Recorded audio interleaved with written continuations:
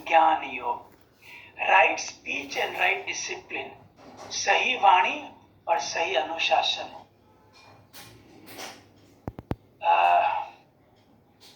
भावना जी इसको ऊपर नीचे करना पहले। दूसरा है हमारा जीवन में जीविका कमाना, मतलब अपेक्षा रहित होके तो ही खुशी खुशी करता है। जो व्यक्ति ज्यादा महत्वाकांक्षी होता है वो तो पाने से पहले भी दुखी होता है, पाने के बाद भी दुखी होता है। कितने लोग ने ऐसा अनुभव किया है जीवन में? तो हमारी जीविका एक दिशा निर्धारित होनी चाहिए। There should be a deep direction, और हमारा एफर्ट किसी को छल कपट करके कमाना ऐसा नहीं होना चाहिए। कर्म योग।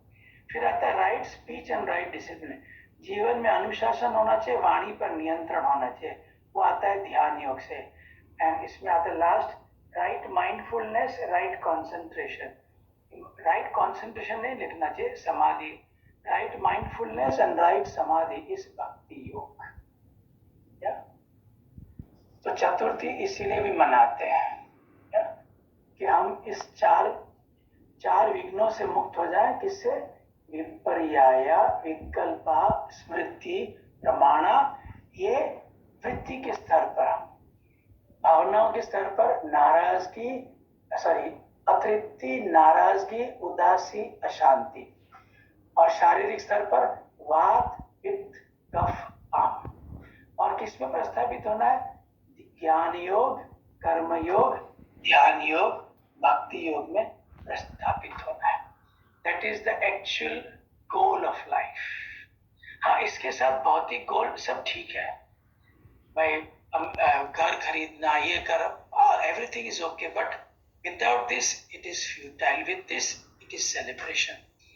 इस संकल्प के साथ वह उत्सव होता है, वरना जीवन में कोई खास क्या, वो व्यक्ति दुखी रहता है, खुद को भी बोझ समझता है, परिवार वालों पे बोझ हो जाता है, समाज पे बोझ आता है, बोझ ही बोझ होता है। और जो व्यक्ति इसमें प्रस्थापित होता है वो सबका बोझ उठा के उनको खाली कर देता है। एक आध नहीं चलेगा। इसीलिए भगवान श्री कृष्ण ने पहले दूसरे अध्याय में ज्ञान योग, तीसरे अध्याय में कर्म योग, छठे अध्याय में ध्यान योग, 12वें अध्याय में भक्ति योग बताया। चार लगाने पड़ेंगे। इसलिए तो हम गाते हैं, प्रेम भी है, ज्ञान भी है, मौन भी, आनंद भी, यशोमती झूलावे झूले नंद लाल की। इस कलयुग में एक पद से नहीं होगा, चारों लगाने पड़ेंगे। ये अलग अलग समय पे, जैसे अष्टावक्र जी ने सिर्फ ज्ञान दिया, वो आज से 7000 साल पहले का था। फिर कर्म योग आया, फिर ध्यान योग आया, फिर लेकिन ये कलयुग में तो सब लगाने पड़ेंगे, एक भी नहीं चलेगा। साउथी योग आ गया तो बाकी 3 अपने आप चलते हैं उसके साथ। आपको अगर गुलाब जामुन से प्रेम है तो आप न्यू जर्सी में ढूंढ निकालोगे कहां पर अच्छे गुलाब जामुन मिलते हैं, दिस इज ज्ञान योग। खरीदने जाओगे, इस कर्म योग। खाओगे, दैट इज ध्यान योग। आपकी प्रेम बना रहेगा, दैट इज भक्ति योग। होने से 3 चलते हैं, एक होने से बाकी नहीं चलते। जामुन कहाँ न्यू जर्सी में अच्छे मिलते हैं, लेकिन प्रेम में खाने तो बिन जाओगे, कर्म थोड़ी करोगे। इसीलिए जो व्यक्ति पूरी सृष्टि को प्यार करता है, दैट मीन्स जो व्यक्ति प्रेजेंस को प्यार करता है, जिसको प्रेजेंस मिल गई है, वो चुप नहीं बैठ सकता, कार्य किए नहीं रह सकता। भक्ति लग गई, अभी जब भक्ति लग गई तो बाकी के 3 तो ऑटोमेटिक आते हैं। को प्रेजेंस से प्यार हो गया, अजी तुम ही हो, वो ठल्ला कैसे बैठ सकता है?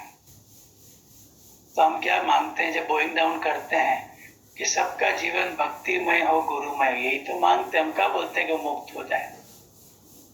हम तो सबके लिए सर्वोत्तम ही मांगते हैं। के लिए सर्वोत्तम मांगता है, उसको सर्वोत्तम मिलता है या मिला हुआ होता है? औरों के लिए सर्वोत्तम मांगता है ना, तो fake it you make it, आपको सर्वोत्तम मिलेगा। या you have already achieved it, आपको सर्वोत्तम मिला है। Fake it and make it, do it and you will become it. नीचा क्यों मांगने का यार?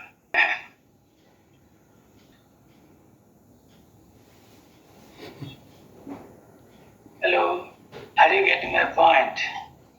भक्ति होती है वहाँ अपने आप ज्ञान भी आता है, इसलिए जो भक्ति में होते किताबें नहीं पढ़ते, वो वॉकिंग टॉकिंग किताब होती है, वॉकिंग टॉकिंग मोबाइल की ग्रंथ होता है। क्यों? उसको प्रेम हो गया।